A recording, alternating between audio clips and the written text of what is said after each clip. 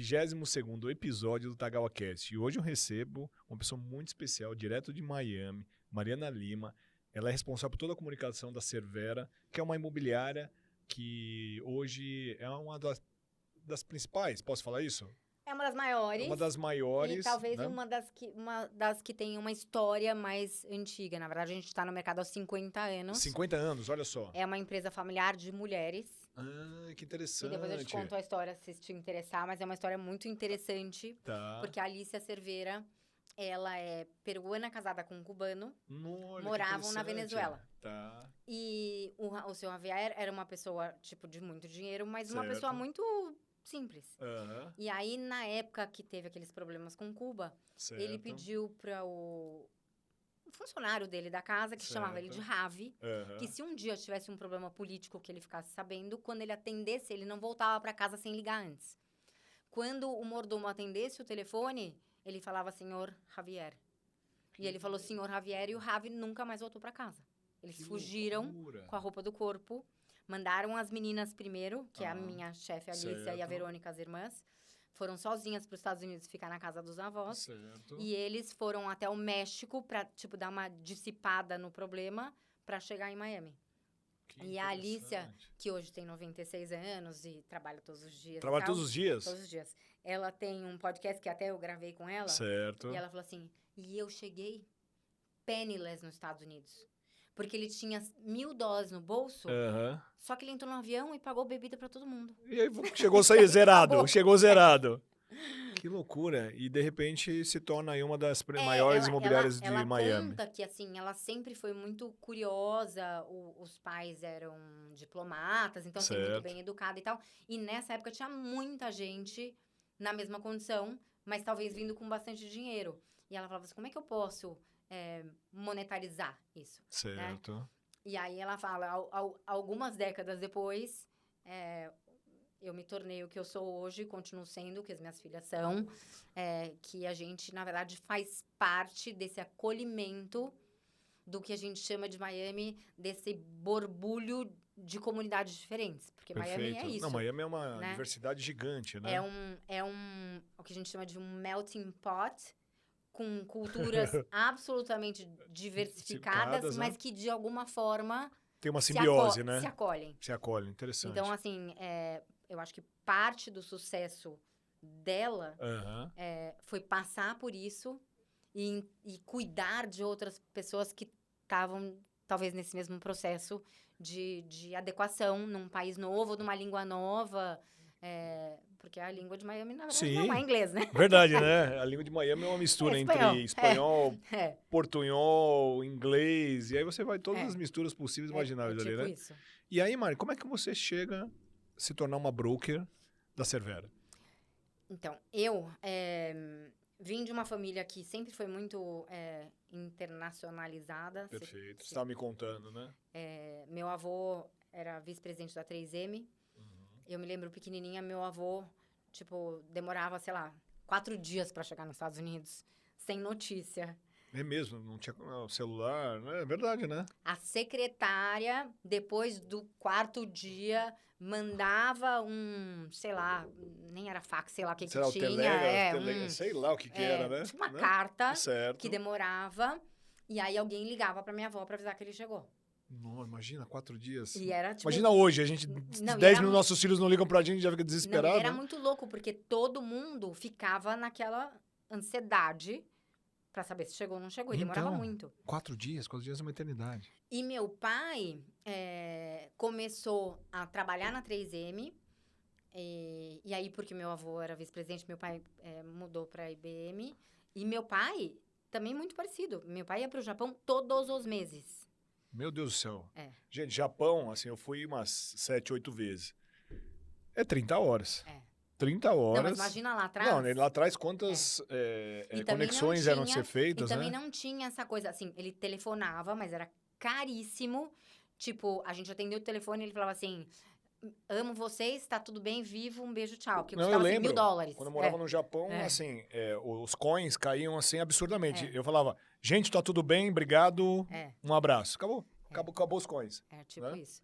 Então, assim, eu sempre tive muito essa proximidade. Meu pai recebia muita gente em casa.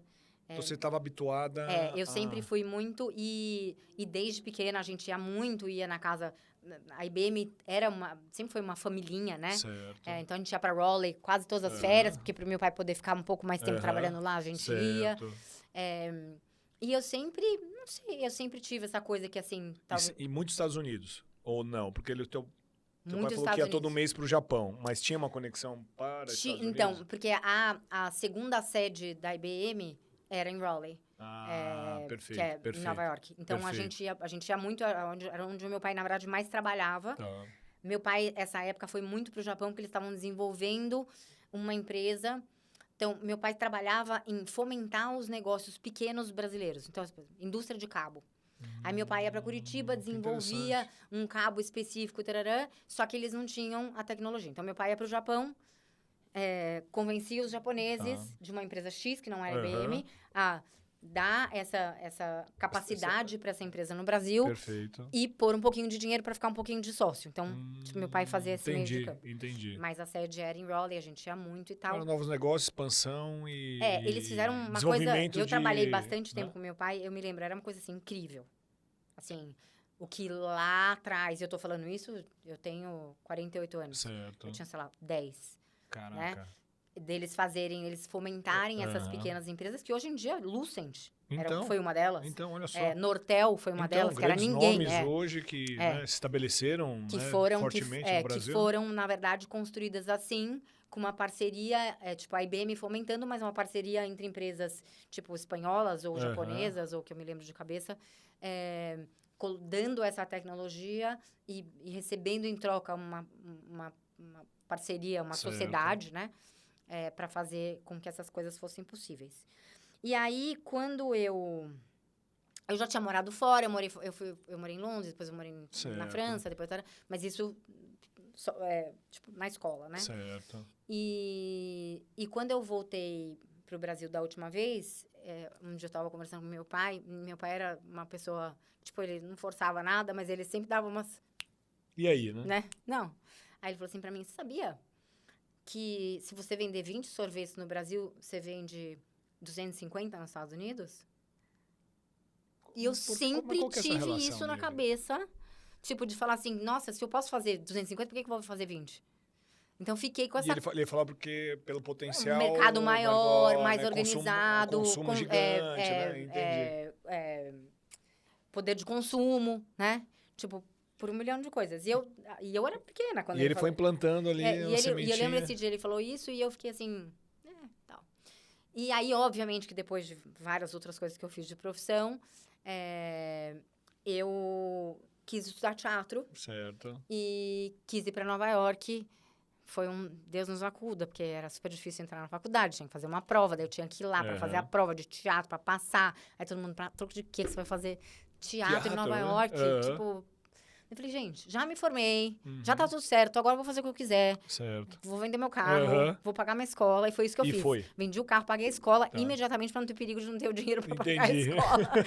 Porque, tipo, vou concluir meu pai achava ótimo, pode ir tudo, desde que não seja do meu bolso, tá tudo lindo. Logicamente, ele ajudava. Quando eu falava, não tem dinheiro pra ginástica. Ele pagava ginástica. Mas, tipo isso, eu pagava meu aluguel, eu pagava tudo. Tá. E aí, fiquei... na verdade, a escola eram 2 anos. Eu fiquei 4, porque depois que você acaba a escola, eles te dão um permit, que você pode, tipo, fazer um estágio. Eu fiquei mais 2 anos. Mas, assim... Né? Eu já sabia que a vida era ótima, tipo Sex and the City real. Tipo, eu trabalhava num restaurante que era, tipo, mais famoso, conhecia todo mundo de importante, ganhava rios de dinheiro pra uma menina solteira naquela época. Jovem, mas eu sabia que, assim, né, não era bem isso. E voltei pro Brasil. Eu queria, na verdade, fazer INSEAD, porque eu sempre soube falar francês, mas nunca fui fluente como eu sou no inglês, no espanhol, e pensei, tipo, uma ótima oportunidade, de repente, fazer mestrado na França, porque aí eu junto as duas coisas e tal. E aí, recebi uma carta da INSEAD falando que eles estavam muito contentes com a minha aplicação, mas que eu era muito jovem. A INSEAD, naquela época, eles queriam, tipo, 10 anos de profissão e, no mínimo, 40 anos de idade. Caraca. E continua. Ainda continua nesse formato. O mestrado, o estrito senso da INSEAD é bem... E tá certo, né? Eles querem pessoas que tenham informações suficientes. E precisa de vivência também, e prática, vivência né, e falaram, olha, como se aplicou aqui, você entrou na London Business. E aí minha pai falou, London Business?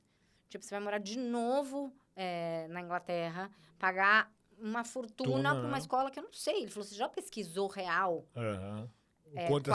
O que essa escola vai poder fazer por você versus uma GV, por exemplo? E eu nunca tinha imaginado fazer GV. E aí, realmente, você vai ver os reviews.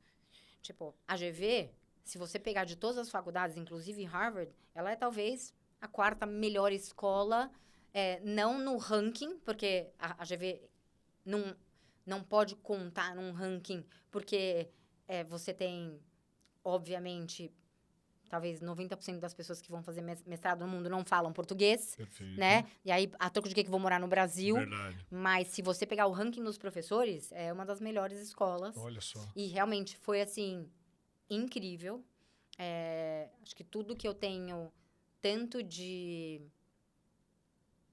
Acho que respeito pelo estudo, que eu acho que nunca eu tive um respeito pelo estudo como eu tive na GV, com os professores que eu tive, tanto de rede de relacionamentos. Então, tipo, porque a raiz, né, construída da realmente GV, uma escola deu, né? que muda a perspectiva da sua cabeça para com o Brasil, sabe? Entendi. Eu acho que as pessoas são muito, muito capazes, é um curso muito bom. E aí eu fiz o que a gente chama de double degree. No finalzinho eu fiz ESAD na Espanha. Certo. E tava voltando pro Brasil, eu tinha, tipo, uma oferta de emprego em Nova York, voltando pro Brasil, para voltar para Nova York, conheci meu marido.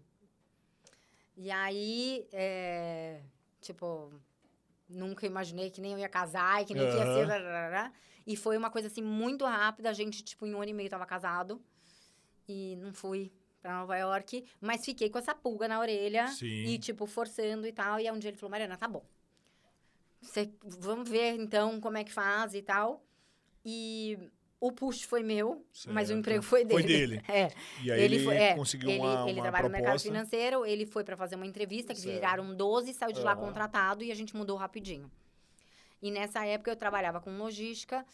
Isso para Miami, né? Você mudou para Miami. Isso. Perfeito. E nessa época eu trabalhava com logística e eu costumo dizer assim, que no começo eu achei morar em Miami. Né? Tipo, o que eu tô fazendo em Miami? É muito diferente de Nova York, Eu brincava assim que... Um universo muito diferente. Nem o meu vestido valia estar fora do armário. E naquela época, Miami era muito... Parece que não.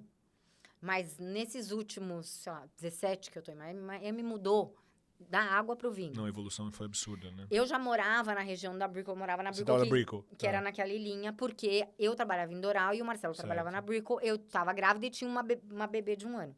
Então, assim, a gente foi morar até em Miami Beach uma época, mas assim, era absolutamente inviável, porque as distâncias são longas, tem trânsito, e aí eu falei, não, eu quero morar na Brickell Key, que era onde, tipo, mais ou menos todo mundo morava, então, assim, pras meninas era uma coisa fácil pra babá poder, tipo, atravessar a rua, ir no supermercado, fazer uma coisa.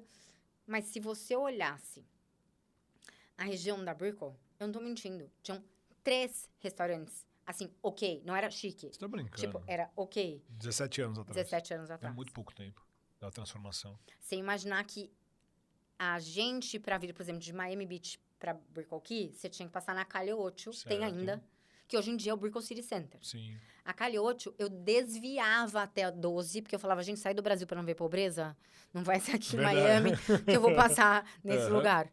E hoje em dia é uma profusão de riqueza, é uma abundância que, assim, cada vez... E a Cerveira é muito pertinho do Brickell City Center, a gente vai a pé. Cada vez que eu olho pra cima, eu falo, gente, que abundância. Que mudança, né? Que loucura, E que abundância, né? Que coragem dessas pessoas que acreditaram naquele lugar, que era uma favela, e comprar um terreno que foi caríssimo pra talvez fazer dar certo aquele lugar. Que visão, né? Que visão que tiveram, né? Desse acrescento do mercado imobiliário para lá, né? A gente tem um estudo que a gente fez com a Cerveira, inclusive a gente fez um podcast que a gente foi fazendo tipo um restaurante hop, que a gente foi de 1 em 1. Se você quiser todos os dias do ano ir num restaurante diferente, você tem. É possível. É possível. Caraca. Então, são mais de 450 novos restaurantes. Lógico que os bons também estão nessa região. Perfeito. E são, tipo, 20. Então, né? olha, 20 então, restaurantes, tem Cipriani, né? La Petite Maison, Komodo, enfim.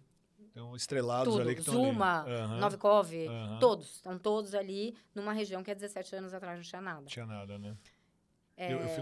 Eu adoro o mercado imobiliário por causa disso. A capacidade de transformação. E parte dessa transformação, porque eu acho que a gente aqui no Brasil, você falava assim, aquilo vai abrir. Daí aqui demorava, daí aquilo abria, e daí também aquilo daquele a pouco fechava, né? Então, assim, eu participei muito desse movimento e muito me fez até mais apaixonada por esse mercado imobiliário, porque tudo começa numa negociação de um terreno. Não tenho dúvida. Né? E eu falo que assim, as principais fortunas, os principais bilionários do mundo, boa parte da fortuna dele foi construída com imóveis. Né? Os Estados Unidos, saiu na Forbes outro dia, acho que 93% dos bilionários é do mercado de real estate, mas a gente também tem que falar que, na verdade, não é porque eles compraram e venderam, né? São pessoas que souberam alavancar. Né? Então, o cara foi lá e falou assim, olha, esse terreno custa 30 milhões. Ah, mas eu tenho 100 mil. Ah, tudo bem, você põe 100 mil aí, você tem o quê? Ah, tem uma casa, 2 carros, peraí que eu vou ligar pro meu amigo. Quanto você tem? Ah, eu tenho mais, sei lá, 300 mil. Então, eles se unem... Se unem para dar alguma coisa em troca do banco, né? Para o banco te emprestar um dinheiro, porque o banco não tem menor interesse em deixar o dinheiro parado. Verdade. O banco ganha dinheiro emprestando. Sim. Né? E até, sei lá, no crash em 2007, até quando você ia comprar apartamentos, você dava 10% de entrada e financiava o resto. Então, fantástico. Então, as pessoas flipavam eu lembro a vida. Que tinha lá o subprime, né? Aquele movimento todo que aconteceu, né? Exato. Então, aí eu entrei no mercado imobiliário por conta desse meu cliente, que era a Pizza Hut, onde o negócio da Pizza Hut maior é o real estate. Foi uma decisão muito movida, tipo, pelo financeiro. Certo. E rapidamente... Você não tinha se apaixonado ainda pelo mercado imobiliário. Não sabia muito o que era, né? Tipo, e a gente tem... Eu costumo dizer assim, que se alguém tivesse me falado, olha, seu sonho é morar nos Estados Unidos, né? Mas você vai chegar lá, você vai ser corretora. Eu nem ia. Claro. Porque, engraçado, porque lá o corretor de imóveis já tem uma eu acho que não é só lá, uma autoridade muito diferente do que é no Brasil. Mas ainda assim, não é uma profissão que você tem como uma linha inicial de sei desejo, lá, seu sonho. Teu sonho, mas eu sempre brinquei isso. Falei, se eu tivesse ido ler os búzios e alguém tivesse me falado isso, eu não teria ido. Você sabe que meu sonho aqui no Brasil é transformar a profissão de corretor e ter formação acadêmica para isso. E eu ainda vou conseguir fazer isso. Em Miami, a faculdade de real estate da UM... E, gente, se você pensar, por exemplo, as pessoas falam, nossa, mas eu não sei se eu queria que minha filha fosse corretora de imóvel. Eu falo, gente, olha a vida que eu tenho. Então, Ilma... A vida que eu tenho, eu viajo... Você teria se você fosse uma médica? Não viajaria. Não conheceria pessoas. Não teria... Não teria nada. Assim, eu desde que eu tô no mercado de real estate... Acho que todo ano, a gente sabe que a gente paga imposto, então fala lá quantas viagens você fez por ano. Todo ano eu faço 15 a 20 viagens por ano. Que profissão te daria isso? Eu vou pra Nice, pra MIPIM todo ano. Eu vou pra China, pra Shanghai, na LPS, todo ano. Né? Assim, Olha pessoas, o acesso, né? As pessoas que eu conheço nesses lugares são pessoas que eu talvez jamais teria acesso. Né? Então, assim, eu acho que são oportunidades... enormes, e dentro desse mercado de imóvel tem outros milhões de mercados, né? Como é o seu mercado, por exemplo. Não tenho dúvida. Esse mercado, como é um mercado também muito acho que opulente, ele gera uma outra renda de luxo agregado que é enorme. Verdade. Por exemplo, a gente no Aston fez... Nem sei, talvez umas 4, 5 festas dentro da Louis Vuitton. A Mari participou do lançamento do Aston Martin. Fez vendas, né, de muitos apartamentos lá no Aston. E olha só, o acesso que isso proporcionou. Mas antes de você chegar no Aston, eu queria que você me falasse o seguinte. Tua primeira venda, como é que aconteceu? Na verdade, a minha primeira venda como corretora foi para um cliente meu. Tá, né? Das suas relações. Um cliente meu, das minhas relações. um cliente que é meu cliente até hoje. Olha só, eu falo para você, tem muito corretor que assiste a gente, tá, Mário? Olha como é importante você manter suas relações, porque um cliente que você acertou com ele e você foi verdadeiro e você conseguiu atender o que ele estava buscando, esse cliente é pra vida, não é, Mário? Não, e assim, e a gente, querendo ou não, a gente é ponto de contato. Porque a gente não é só corretor. É alguém que me liga e fala, Mari, tipo, a gente queria jantar fora. Ou, vocês vão sair de barco? Que vamos junto? Então, assim, eu acho que tanto eu quanto o Marcelo, a gente também, porque a gente né? Sim. Porque nós somos pessoas assim, não é que Sim. a gente faz de conta. Claro. A gente sempre foi ponto de contato. E eu costumo dizer uma outra coisa que eu acho, assim, super válida. Eu tava falando para as minhas filhas outro dia. Eu falo assim, a vida, a gente tem 1 milhão de opções, né? De A, B, C ou D e tal. Mas quando a gente sabe que você está num outro país e quando esse outro país é os Estados Unidos, as pessoas te olham de outra forma. Nada mudou em você. Você continua sendo a mesma pessoa. Mas talvez aqui em São Paulo, a pessoa ia falar, eu janto com você o mês que vem. Sim. Mas as pessoas chegavam em Miami e no mesmo dia, ou na semana antes, falavam, olha, a gente tá chegando, já vamos marcar de jantar ali, fazer tá. Então, assim, te abre outras portas, até por uma questão de tempo. Verdade. A pessoa, quando tá na vida do dia a dia dela, não sei se ela tem muito tempo para amigos novos. Sim. Né? E quando ela tá ou viajando... Então, eu costumo falar, por exemplo, para as minhas amigas que vendem joia, eu falo, gente, vocês estão fazendo bobagem. Claro, tem que abrir Vocês tinham que andar com esse negócio na bolsa. Na hora que a pessoa tá lá, tipo, tomando um drink... às 4 da tarde. Lógico. Não é na hora que ela tá dentro do consultório dela atendendo 25 pacientes. Sim, não tenho dúvida. Então, eu acho que isso, obviamente, dá uma capacidade pra gente de olhar uma coisa de forma diferente. Mas a gente estava falando de outra coisa, eu já mudei, obviamente, de assunto. A gente estava falando sobre o teu primeiro imóvel, como foi vendido. E aí você falou que foi da sua relação. Isso, conta essa... Na verdade, foram 2. Tá. O primeiro foi um apartamento que uma das minhas melhores amigas comprou. Com o marido, que é uma pessoa importante e tal. E ele porque queria. Eu não vou falar nome de bairros até aqui, porque para não ficar... Lógico. No bairro tal. E eu liguei para ela um dia e falei, amiga, o negócio é o seguinte. Eu prefiro não vender se for esse que ele quer. Por A, por B, por C e por D. Olha só. Eu vou me sentir péssima quando, eventualmente, vocês quiserem vender esse apartamento e o apartamento não for vendido pelo preço que vocês pagaram, por essa razão, Mas, assim, entendo super se é isso que ele quer. Não tá tudo certo, mas eu não vou, porque é você. Talvez se fosse uma outra pessoa que me falasse, mas é o sonho da vida. Tudo bem, eu acho que as pessoas têm sonhos e almejam coisas diferentes. Mas por ser você e por ser ele quem é, eu não vou. Passou. Ela falou, acho que eu consegui convencê-lo de uma coisa que seja mais ou menos parecida no mesmo esquema e tal. Eu falei, tá bom. Tem um empreendimento assim, que eu acho incrível. Os números são esses. Foi construído no... É um apartamento de 4 quartos na frente da água. Isso. Tá bom. Não tinha para vender. E no nosso sistema, que é aquilo que eu tava te contando, a gente, segue, o Instagram. Você fala assim, eu gostaria de um apartamento de 3 quartos na rua tal, no apartamento no prédio X. E aí, ele à meia-noite aparece. Fala, olha, um apartamento assim foi listado, na hora eu liguei. Então, você joga no sistema, o sistema te entrega. Você põe lá e fala assim, quem você quer seguir? É tipo um Instagram. Sim. Mas aí você segue o imóvel. E aí, uma quarta-feira, meia-noite, liguei pra ela e falei, é o apartamento. Eles vieram no dia seguinte e compraram esse apartamento. Pensa que eles compraram esse apartamento por $1.275.000, num dólar de 2. Olha só. Esse apartamento hoje eles têm ainda. Certo. Eu já tentei várias vezes falar pra eles, gente, realiza, né? Você já... Esse apartamento vale 3,5 num dólar. Atual. De 5 e X pedrada. Que seja, Então, assim... 4, 5 vezes a valorização. Imagine se tivesse sido ao contrário, né? Então, assim, a gente, como corretor, a gente tem que pensar que, independente de quão importante for o cliente ou não, esse cliente tem uma rede de relacionamentos que vai fazer muito mais diferença na hora que você quiser vender alguma coisa do que simplesmente você ganhar aquele dinheiro naquele dia. Senão você teria feito uma venda de uma vez só, Exato. perderia todas as relações que poderiam ser construídas através dele e não teria mais venda recorrente. Exato. Não é? E aí o segundo foi de um cliente, na verdade ele era amigo de um amigo nosso e tal, e a gente tava num jantar, e eu falei assim, gente, o prédio do Grove acabou de lançar.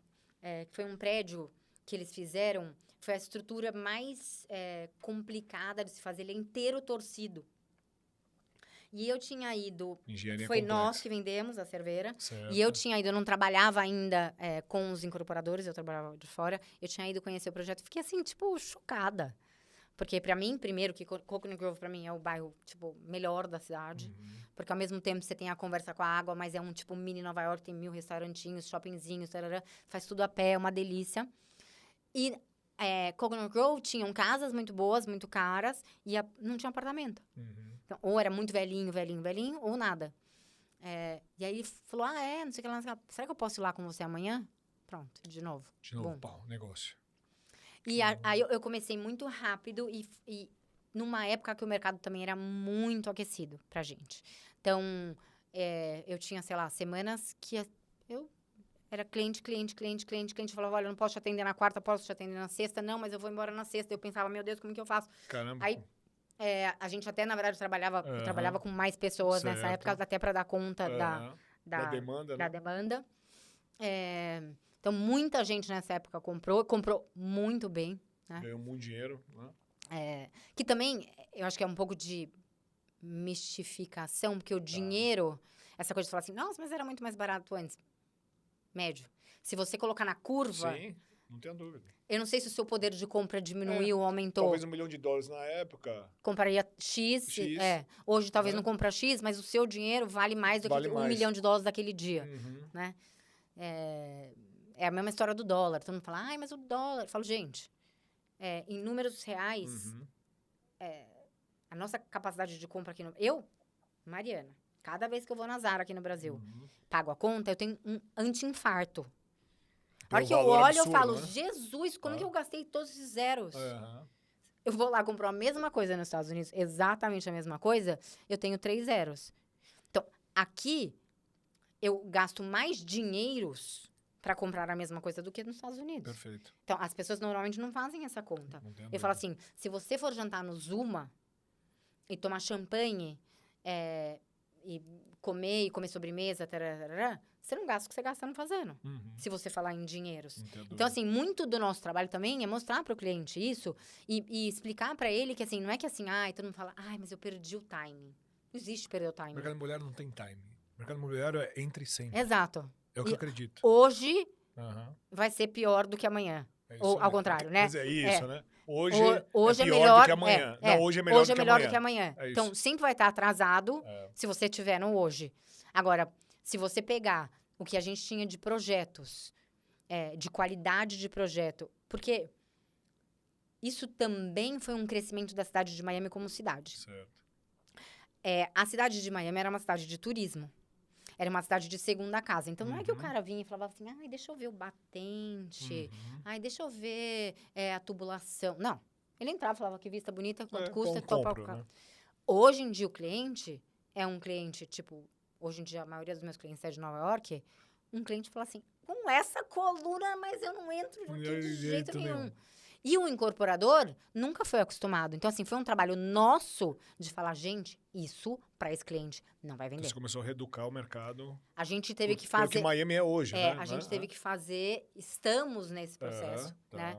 De fazer esse trabalho enorme, de falar assim, $10 por pé quadrado não vai te fazer mais rico ou mais pobre, mas vai te fazer vender ou não vender. É isso. Então, a gente tem os dois lados. Isso é muito né? importante. Explicar para o cliente também que, tipo, what you see is what you get. Porque a verdade é essa também, né? Você sempre pode falar, mas eu não queria parede.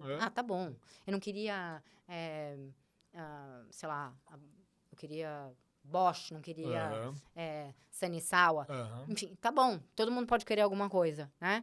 Mas, assim, what you see is what you get. É isso que tem. Sim. E pro incorporador, assim, realmente se você acha que você vai ficar por causa de $10, tipo, mais milionário ou menos milionário, o que pode acontecer é que você não vai vender. Sim. Aí quem é ruim é a gente, porque a gente não Sim, vendeu. é o penalizado da imobiliária, né? Porque a gente não vendeu, mas a gente tá te avisando que se você não consertar isso, a gente não entra. Então, a gente sempre teve essa parte meio de educador, até porque eu acho que nós, eu digo nós, sul-americanos, temos uma percepção de qualidade muito melhor do que o gringo. Não tenho dúvida. Né? O americano é aquela casa que se assopra a avó do lobo mal, né? E eles não entendem muito o acabamento, né? Até pelo, né? Tanto faz, porque nem limpeza, é uma coisa meio cultural. É outra cultura. A gente tem, por exemplo, você falar, tem... eu costumo dizer que 99,9% das vezes você entra, a privada não tá pintada atrás. Então. Tipo, ele deixou um buraco. Por que não pinta? Por que ele não pintou o buraco? Que diferença faz? Só porque ele tinha que, assim, agachar um pouquinho mais? É porque não vê, não precisa pintar, né? Não, eu subo todos os meus punch lists, eles falam, Mariana entrou, agora vocês vão pintar atrás de todos tudo. Os detalhes aí, todos. Né? Não, porque é isso. Pra que você não vai pintar? Então, que custa? Que custa, né? E Maria, esse movimento, porque assim, claro, você já viveu aquele boom imobiliário, né, que foi uma loucura, né, de brasileiros comprando imóveis nos Estados Unidos, principalmente em Miami. E aí teve a fase que isso deu uma assentada, a grande vantagem do mercado de Miami, que é como eu estava te falando, é um melting pot. Quando o brasileiro está pobre, o russo está rico. É isso, né? Quando o russo está pobre, o venezuelano está rico. Vira o canhão, né? Vai virando um canhão, né? Então, assim, alguém... Se você falar de macroeconomia, alguém está sempre ganhando dinheiro. É verdade, né? é verdade. A gente só não conseguiu ainda, na Flórida, Japão e China. Olha só que interessante. Por uma questão de calor. Sim, eles não cultural, gostam, não é porque é longe, não é porque nada, mas eles não gostam de calor, eles não gostam de sol. E agora, a gente está lançando, não a gente, nós, Cerveira, mas a cidade, um shopping novo exatamente para isso, porque eles querem comprar. Então, a gente não tem, assim, um Mall of America, né? A gente tem alguns shoppings bons, alguns outlets bons. Tem uma Galeria Lafayette, mas né? não que é tem... loucura, Galeria Lafayette tem. Né? A galeria tem... é verdade, o Design verdade, District é chiquérrimo e tal. Verdade. Mas eles querem essa coisa, tipo, meio de metade do caminho. Sim. Então, a gente não tem um shopping metade do caminho que seja, assim, que tenha tudo, tipo, gigante, do jeito que eles gostam. E tem esse projeto que vai sair agora para atrair esse público. Mas eu fiquei sabendo que o Frederico Gouveia, né, aqui conversar comigo, e ele atua em Nova York, e ele falou que teve entre 21 e 22 mais de 2 bi de dólares de negociação de imóveis de brasileiros comprando nos Estados Unidos. Você entende que isso é uma nova crescente? Não, eu entendo que esse dinheiro de brasileiros são normalmente, ou sei lá, eu chutaria 90% de brasileiros que já estão dolarizados. Ah, perfeito. Não é talvez a pessoa que está entrando agora. Tá. A gente teve sim esse ano muita procura pela questão eleição, independente se é de A ou se A ou B. Né? Um lado está muito infeliz e o outro lado muito feliz. Então, a gente teve muito, inclusive, daquele visto que eu estava te falando do EB5, que é um visto que o governo americano, ele designa alguns projetos e pré-aprova o projeto, e você investe um dinheiro, que esse dinheiro, depois de 5 anos, volta para você, e você tem o seu visto, o seu green card. Perfeito. Então, a gente tem, sim. Agora, o brasileiro que procurava, tipo, um deal, ele acho que também, todo mundo é esperto, né? Sim. Os deals estão aqui no Brasil hoje em dia. Por que dinheiro o cara vai... É isso que as pessoas não entendem. Assim, não é que assim, o brasileiro parou de comprar. Não, o brasileiro tá milionário comprando pra burro, não aqui. Sim, né? não tenho dúvida. O brasileiro agora foi comprar uma... Até já parou também, mas assim, sei lá, 2 anos atrás em Portugal, muito, porque Portugal era muito mais barato. Foi um movimento gigante, né? Portugal tinha o visto de investidor que a gente não tem. A gente não tem Golden Visa, não existe. Os impostos são menores, a língua é a mesma. Então, tem eu muitos acho que facilitadores, quando você pega... Eu tenho um chefe que costuma dizer assim, se o seu cliente é muito, muito mais rico que você, provavelmente ele é mais esperto. Verdade. Você sabe que tem um cliente nosso que fala assim, a gente discute, né? Fala sobre ideias, não sei o que. Ele falou, cara, mas quem que é o bilionário, né? Exato. Eu falei, cara, pelo amor de Deus, né, cara? Por favor, né? Vamos na sua ideia, né? Ele sempre fala isso. Ele fala assim, olha, se ele... Com certeza ele é mais esperto. Então, óbvio, as pessoas...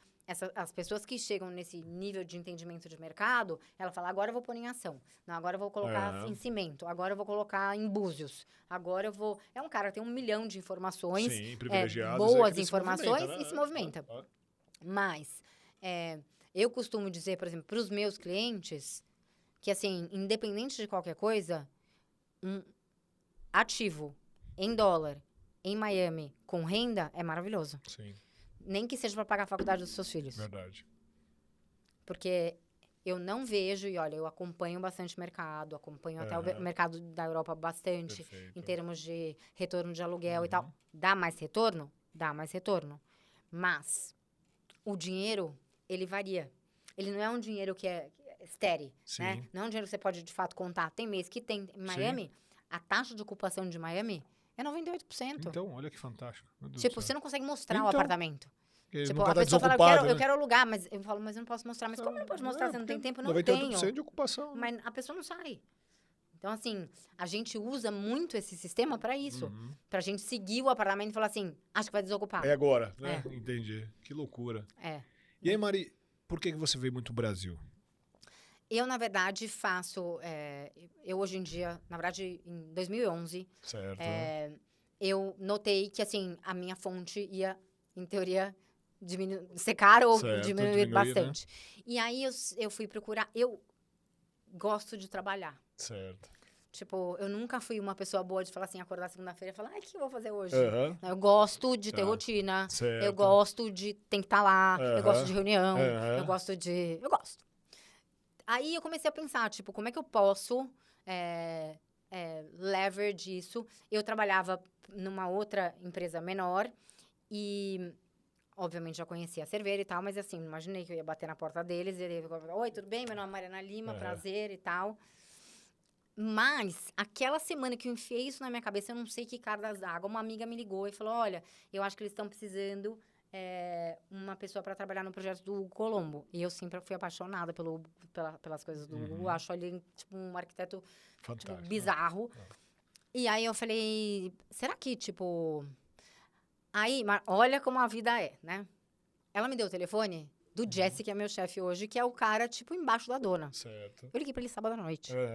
Sabe quando eu faria isso se eu soubesse quem ele é? Tipo, jamais eu teria ligado sábado à noite. Ele atendeu o telefone, deve ter falado, quem que é essa maluca? Essa louca que tá me ligando sábado à noite. Coragem de me ligar sábado à noite. Ele falou, não, então você passa aqui segunda-feira às 7h30 da manhã. Nossa, olha isso. Eu falei, tá bom. Claro. Tipo, ir lá e tava, lá fui. Ele falou, não, tudo bem, se você quiser começar. A única coisa é o seguinte, o Colombo ficou sócio do Vladislav Doronin, que é o dono do Aman. Sim. E vocês, todos que vão entrevistar, todo mundo já estudou há 2 semanas atrás o projeto inteiro, sabe tudo, tarará, e você não. E você vai para a sua entrevista às 2 da tarde, na mesma segunda-feira. Falei, nossa, agora, né? Caraca. Tipo, mas o que eu ia fazer? Tipo, não dá para estudar, aqui eu vou estudar. Não tem dúvida, né? Tipo, só que o projeto era Missoni. Eu, a minha vida inteira, eu fui apaixonada por moda. Então na verdade, eu sentei com o Vlad, assim, sem a menor expectativa. Acho que até isso também me ajudou bastante, porque ele realmente, não sei se você já viu, mas se não, Google him. Ele é um cara, tipo, primeiro que ele é lindo, tipo, um russo chiquérrimo. A casa dele, assim, a hora que você entra, tem todos os tipos de obra de arte, de Tarsila do Amaral. Até Tarsila ele tem. Até onde vai. Andy Warhol. Assim, nunca na minha vida inteira, e ó que eu rodei, nunca vi nada igual na minha vida inteira. Só entrar na casa dele já era, assim, né? E a gente sentou, e ele não deu muito, enfim, ele tava... Foi olhando, perguntando o que você fazia, não, então você não tem experiência de projeto? Não tenho, quem são seus clientes? Meus clientes são brasileiros. E eu peguei o job. Olha só. E o Vlad, eu costumo dizer que acho que foi o incorporador o melhor que eu já trabalhei. Olha que loucura. A primeira vez, porque esse mercado de in-house, que a gente chama, né, que é a pessoa que trabalha para o incorporador, antes de mim, era um mercado que fazia muito tete-a-tete apenas com o corretor. Eles não envolviam outros participantes. Eu, como não tinha o que eu tenho hoje, sei lá, 12 mil corretores no meu mailing, eu tinha, sei lá, 30. Eu comecei a pensar, para quem que eu posso ligar que talvez possa me ajudar? Ah, vou ligar para os arquitetos. Ah, vou ligar para os bankers. Sim. Ah, vou ligar para os advogados. E comecei nos meus... Você pegou todo o ecossistema do mercado e começou nos meus contatos, falar tipo, não, você talvez não tenha um cliente, tarará, vamos fazer um jantar na sua casa, a gente isso e tal. E a primeira festa que eu fiz foi em Londres. A primeira festa foi em Londres. Porque eu tinha... Mas para brasileiro, não. Aí já para... Para brasileiros que moravam em Londres. Olha só. E aí... É que você sempre fez todas as suas relações com ações independentes do país para brasileiros. Porque, na verdade, hoje em dia não mais, mas lá atrás era o que eu tinha, né? E eu tinha uma amiga, que é uma PR, tipo, muito descolada em Londres e tal, que eu já tinha várias vezes estido lá, e eu via quem eram os amigos, os clientes, tarará, e um amigo meu, um cliente meu que era da logística. Certo. Eu falei, gente, mas eu quero fazer uma festa no Lulus. Daí ela falou, eu consigo, mas vai custar tubo. Uma fábula, né? E aí eu sentei com o Vlad, daí ele falou assim, se não fosse no Lulus, eu nem deixaria. Olha só. Só que no dia do jantar ele apareceu. Ele apareceu no jantar? Nossa. Só que ele ficou contentíssimo. Caraca. Porque a mulher dele é uma modelo famosa, tinha mais umas 3, 4 famosas lá, foi tudo ótimo. E ele, desse dia adiante, ele falava, o que você quiser gastar, pode gastar. Caraca. Tipo, nem precisa me perguntar. Tanto é que a gente fez aquilo que eu te contei, a gente fez... E no jantar desse vendia quanto?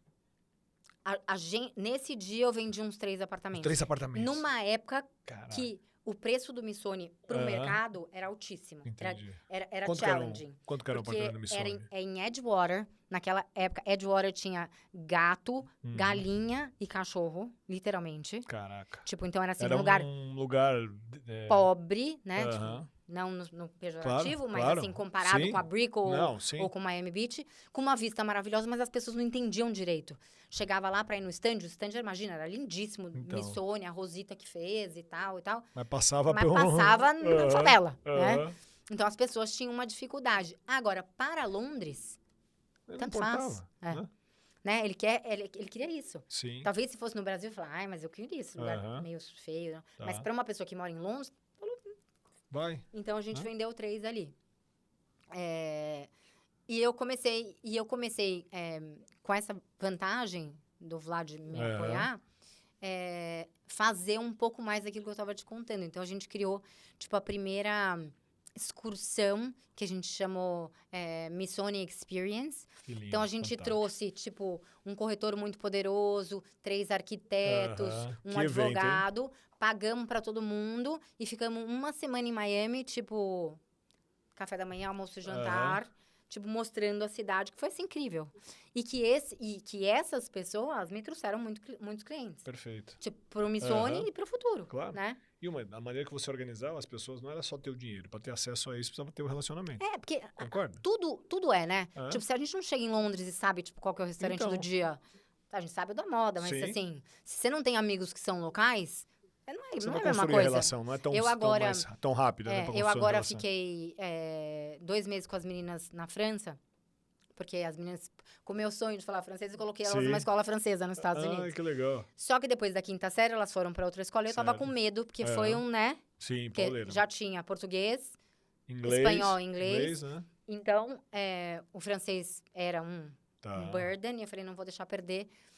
E fiquei na casa de um amigo meu, que ele não mora na casa dele, nisso e tal. Mas se não tivesse sido isso, não teria sido a mesma experiência. Verdade. Né? Porque ele falou, olha, esse restaurante, essa padaria, esse não sei o que lá, esse não sei o que lá. Que é coisa que, assim, você vai pra Nice, tem os chiques, tarará. Mas, assim, não é o gostoso do local. Né? Porque aí você vê só na ótica de turista. E aí é tudo igual. A Petit Maison é mesmo. Tipo, Nova York, Miami. Então vim aqui pra Petit Maison, né?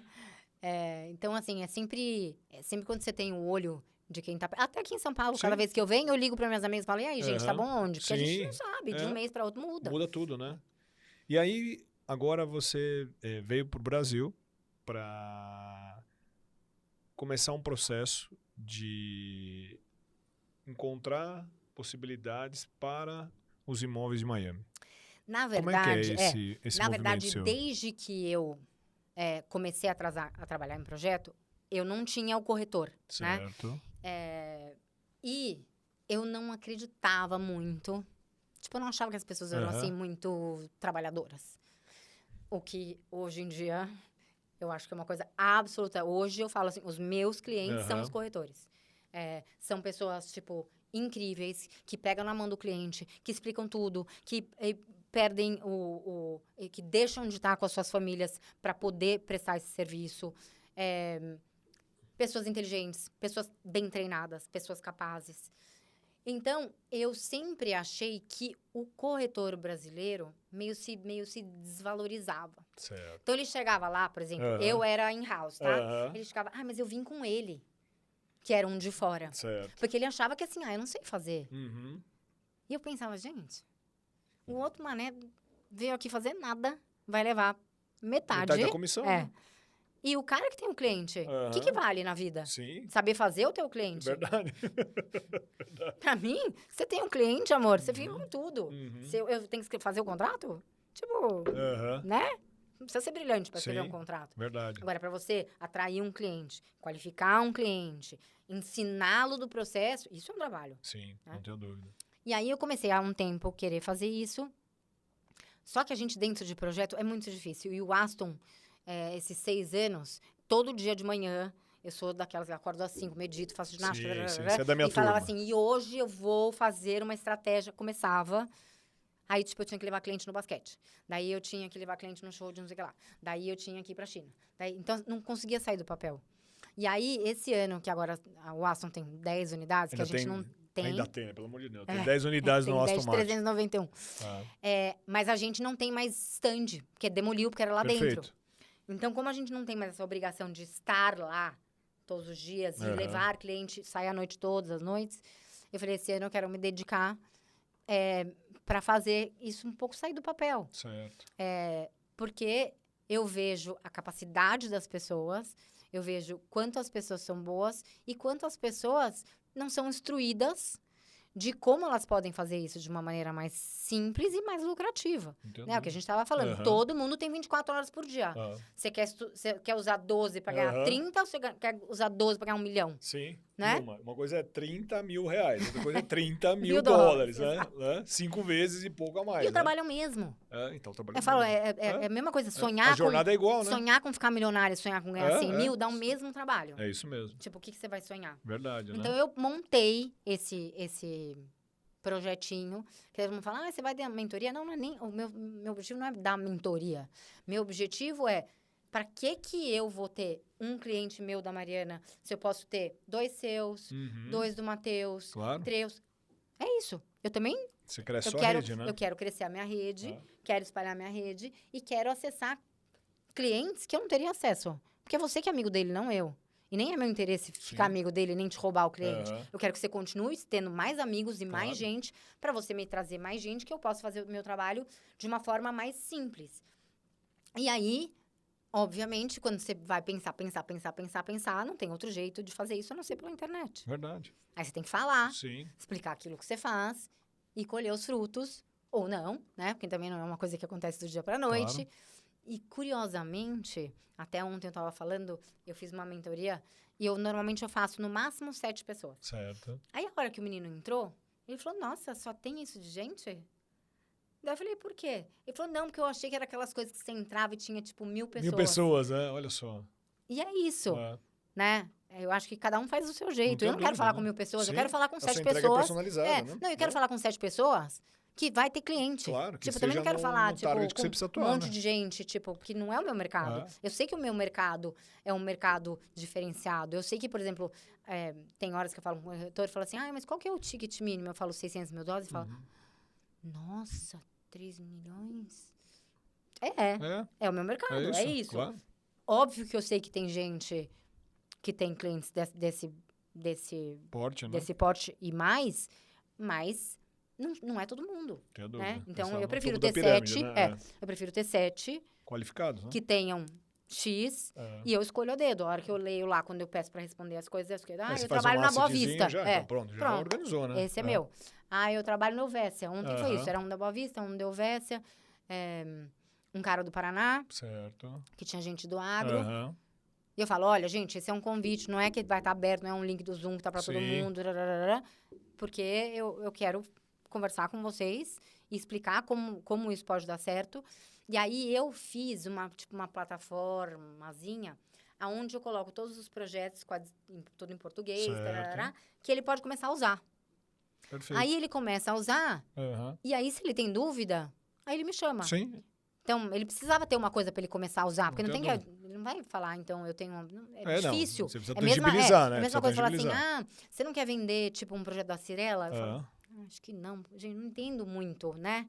Tipo, não é o meu mercado.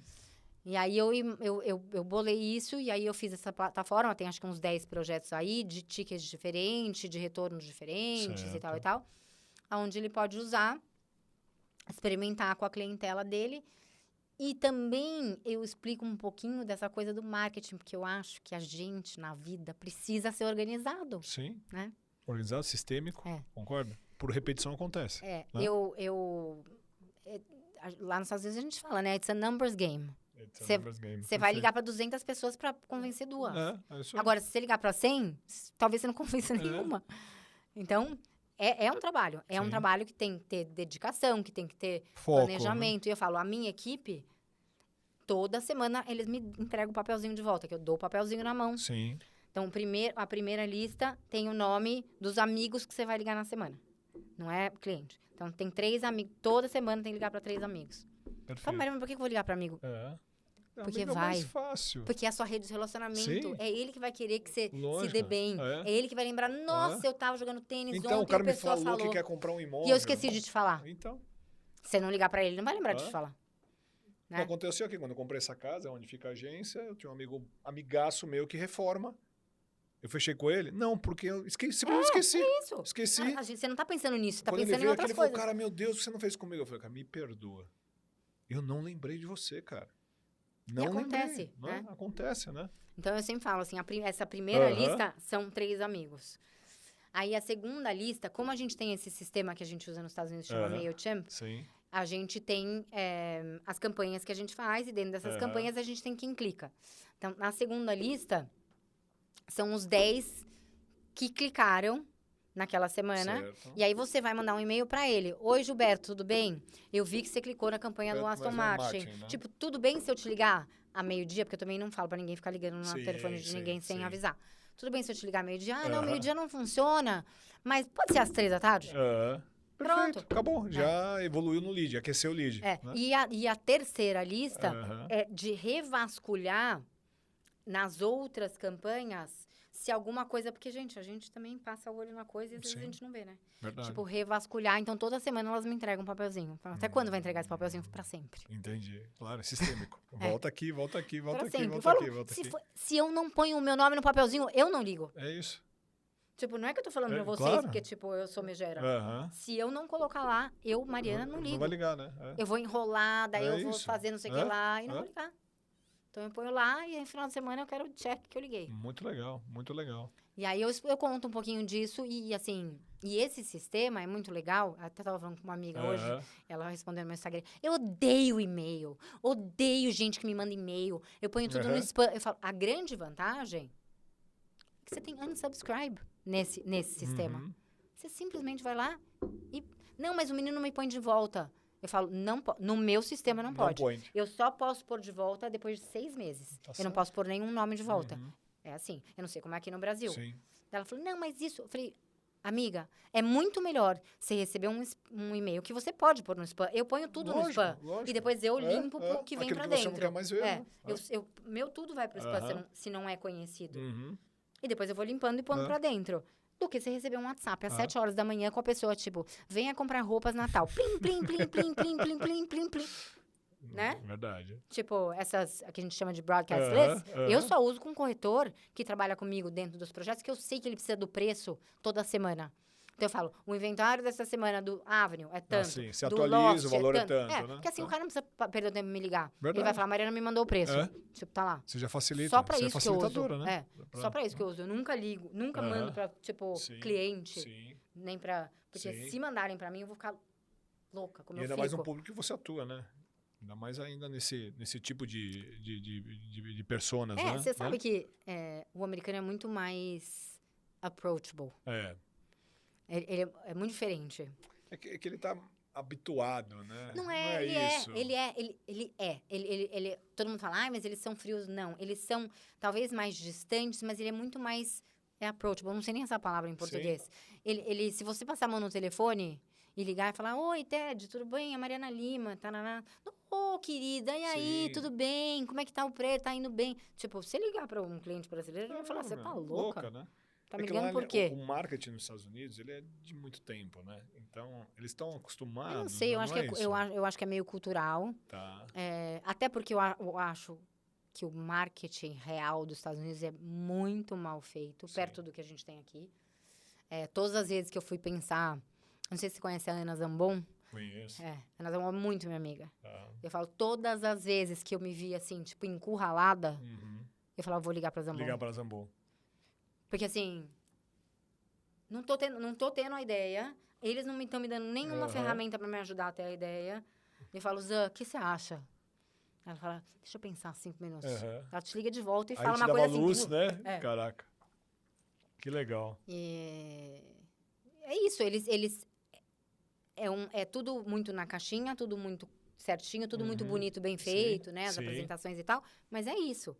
Não tem nada muito fora da caixa. Muito bom. Mari, onde o pessoal te encontra? Eu sei que você tem um Instagram. Meu Instagram é Mariana Campos B. Lima.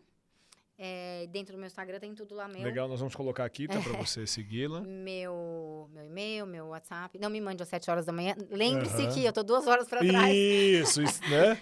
Pensa no fuso aí. Eu acordo cedo, mas você sabe que eu acordo muito cedo. Mas eu ponho no mudo. Porque se começa a conversa, aí eu já não malho. Você desconcentra do teu yoga, da malhação e tudo, né? Muito legal. Mari, o papo foi fantástico. Imagina, eu que agradeço. Obrigado. Acho que assim, todas as pessoas que estão assistindo, a gente pode ter uma noção maior sobre como é que é o mercado imobiliário de Miami e também que você tem oportunidade, se você é corretor, você vai poder, através do Instagram dela, procurá-la e ela vai poder te orientar como que você pode, de repente, estar cadastrada com ela e ofertar ou apresentar os projetos que a Mariana tem no portfólio da Cervera e, naturalmente, você vai poder estar trabalhando com algum cliente que esteja dentro dessa classificação, claro, certo, Mari? E uma coisa que eu esqueci de dizer, que é muito importante para os corretores e para os clientes, é que você tem uma capacidade de usar um dinheiro barato que você não teria acesso na vida. Então, o financiamento nos Estados Unidos para estrangeiro é muito simples, muito simples. E é isso, é aquela história da alavancagem que a gente estava falando. Então, as pessoas costumam ter medo. Hoje em dia tem inúmeras opções de fundos que dão dinheiro versus a sua propriedade no Brasil, sem que você tenha que se desfazer da propriedade no Brasil. Se você tem um imóvel que você não consegue alugar, ou inclusive muito alugado. Legal, então, assim, tem muitas opções, tem muitas formas de que a gente possa fazer isso possível, do que simplesmente falar, nossa, mas eu não tenho esse dinheiro. Muito legal. E acompanha a Mari, todas as dicas e tudo o que ela tem ali de portfólio lá em Miami, ela coloca no Instagram. Além de ser assim, uma influenciadora que eu fiquei assistindo os conteúdos fantásticos, Mari, parabéns.